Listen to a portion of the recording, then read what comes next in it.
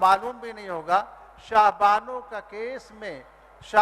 के केस में अदालत ने यह फैसला दिया कि ताहीन हयात, जब तक जिंदगी है, शाहबानों की उस वक्त शौहर पर लाजिम है कि उसका नफका, उसका खर्चा वो देता रहे।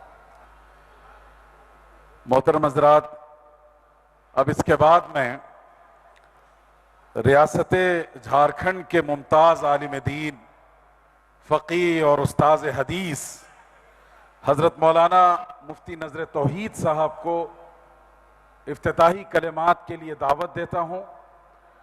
मौलाना मोहतरम all India Muslim personal law board के मुअक्कर रुकन, रियासती मिली कौंसिल के सदर और इसके अलावा एक बड़े दारुल के मोहतमीम और शेखुल हदीस हैं, बड़ा इल्मी और फ़िक़ही ज़ौक़ रखते हैं। मैं हज़रत मौलाना मुफ्ती नज़र तौहीद साहब को दावत पेश करता हूँ कि तशरीफ़ लाएँ। All India Muslim personal law board के बैनर तले हम लोग जमा हैं।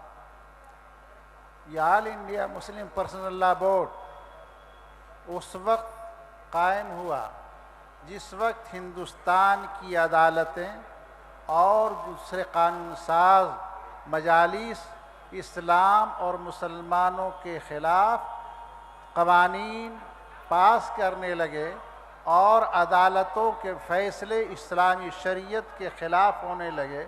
उस वक्त इस मुल्क के बाशऊर उलमाए हज़रात ने इसका एहसास किया।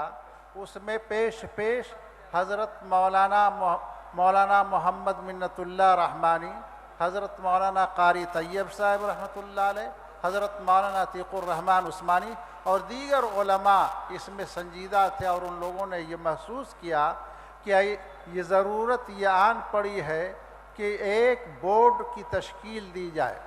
जब मुतबन्ना बिल आया, मुतबन्ना यानी लय पालक को लड़के का दर्जा, औलाद का दर्जा दे दिया गया, जो शरीयत इस्लामिया के बिल्कुल ख़िलाफ़ है, तो उस वक्त 1971 में मुस्लिम पर्सनल लॉ बोर्ड के लिए मुस्लिम कन्वेंशन बम्बई में बुलाया गया और उसमें तमाम फ़िरक़ों के, तमाम तबक़ात के, तमाम मसलकों के लोग जमा थे। उस मौके पर कहा था कि अगर आज किसी को तलाश करना है कि बोहरा जमात का सरबराह कहाँ है तो बम्बई में, अगर देवबंदी जमात का सरबराह कहाँ है तो बम्बई में। यानी जब तमाम सरकर्दा लोग उस मुस्लिम कन्वेंशन में मौजूद थे और उन लोगों ने मुत्तफ़िक़ा ये पास किया और ये तजवीज़ पेश की कि all India Muslim personal law board का क़याम अमल में आ जाए और उसमें तमाम मसालिक, तमाम मकातिब फ़िक्र की नुमाइंदगी हो। और इसी तरह वो बोर्ड की तश्कील आई। सबसे पहले सदर हज़रत मौलाना कारी मोहम्मद तैयब साहब रहमतुल्लाह अलैह मोहतमिम दारुल उलूम देवबंद मुकर्रर हुए। उसके बाद और जनरल सेक्रेटरी हज़रत मौलाना सैयद मिन्नतुल्लाह रहमानी मुकर्रर हुए और यह कारवां चलता रहा और ये इस्लामी कानून की तहफ़्फ़ुज़ का यह कारवां चलता रहा और मुख्तलिफ़ मराहिल में यह काम करता रहा। एक मुक़द्दमा जो सुप्रीम कोर्ट से ये फ़ैसल हुआ, शाहबानों का केस, आप लोग को कुछ याद भी होगा और जो बाद में पैदा हुआ उनको याद भी नहीं होगा, मालूम भी नहीं होगा। शाहबानों के केस में अदालत ने यह फ़ैसला दिया कि ताहीन हयात, जब तक ज़िंदगी है, शाहबानों की उस वक्त शौहर पर लाजिम है कि उसका नफका, उसका खर्चा वो देता रहे। इसके ख़िलाफ़ पूरे मुल्क में एक वावैला मच गया। पूरे मुल्क के तमाम शहरों में, तमाम कस्बात में एजिटेशन किए गए, एहतजाज किया गया।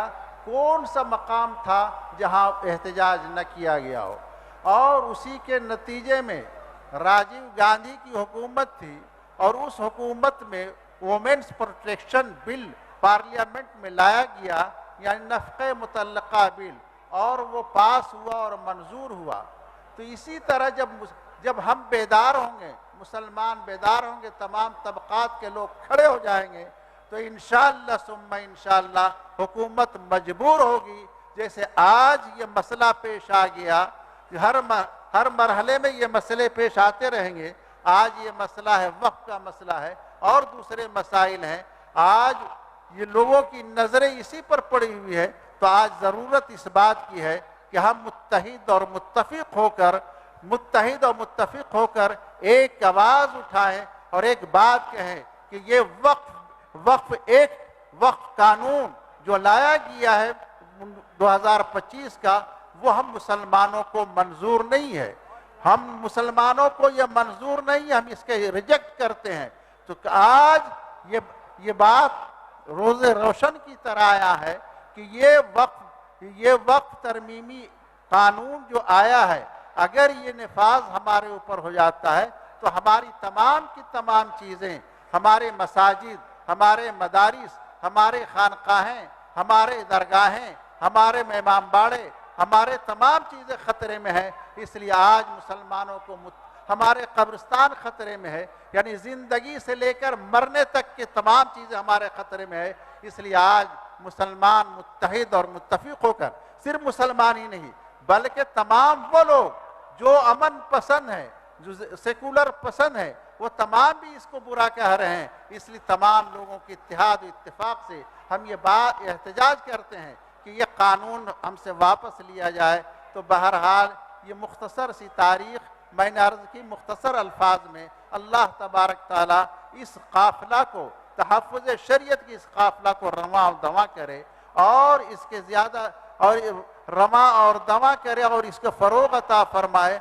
और जो मसले जो लेता ये तहफ़्फ़ुज़ शरीयत का काफ़िला लेता है, अल्लाह उससे हम किनार, कामयाबी से हम किनार फरमाए। अल्लाह तबारक ताला हमारे जज्बों को, हमारे खिदमात को, तमाम चीज़ों को कबूल फरमाए। व आखिर दावाना अनिल हम्दुलिल्लाहि रब्बिल आलमीन।